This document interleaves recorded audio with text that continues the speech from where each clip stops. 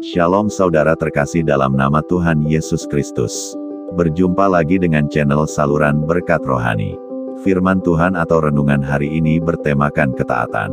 Yang terambil dari kitab Lukas 17 ayat 11-19 firman Tuhan berkata. Dalam perjalanannya ke Yerusalem Yesus menyusur perbatasan Samaria dan Galilea. Ketika ia memasuki suatu desa datanglah 10 orang kusta menemui dia. Mereka tinggal berdiri agak jauh. Dan berteriak, Yesus, Guru, kasihanilah kami. Petik 2. Lalu ia memandang mereka dan berkata, pergilah, perlihatkanlah dirimu kepada imam-imam. Dan sementara mereka di tengah jalan mereka menjadi tahir. Seorang dari mereka, ketika melihat bahwa ia telah sembuh, kembali sambil memuliakan Allah dengan suara nyaring. Lalu tersungkur di depan kaki Yesus dan mengucap syukur kepadanya. Orang itu adalah seorang Samaria. Lalu Yesus berkata, bukankah ke-10 orang tadi semuanya telah menjadi tahir? Di manakah yang 9 orang itu?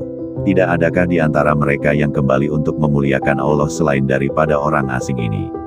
Lalu ia berkata kepada orang itu, berdirilah dan pergilah, imanmu telah menyelamatkan engkau. Petik 2. Banyak di antara kita khususnya orang Kristen tidak mendapat jawaban, karena kita terpaku dengan persoalan yang terjadi. Dan akhirnya timbul, bimbang, keraguan dan tidak percaya.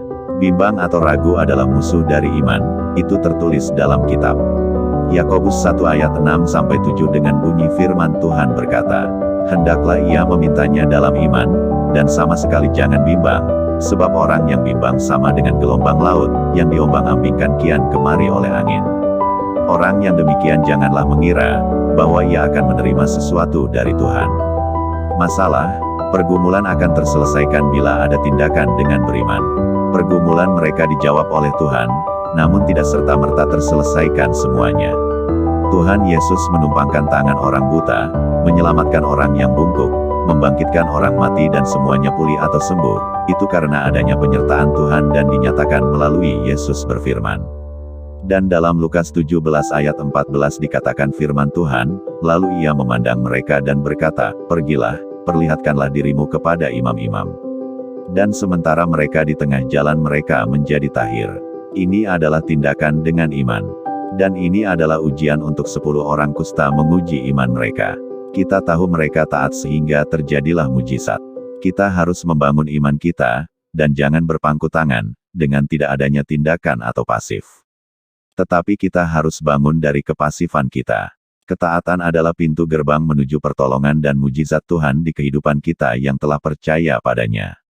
Demikianlah renungan minggu ini. Jikalau ada di antara saudara terberkati, silahkan untuk like, share, dan subscribe. Dan jika ada di antara saudara yang ingin didoakan bisa saudara komen di kolom komentar kami. Terima kasih. Shalom, Tuhan Yesus memberkati.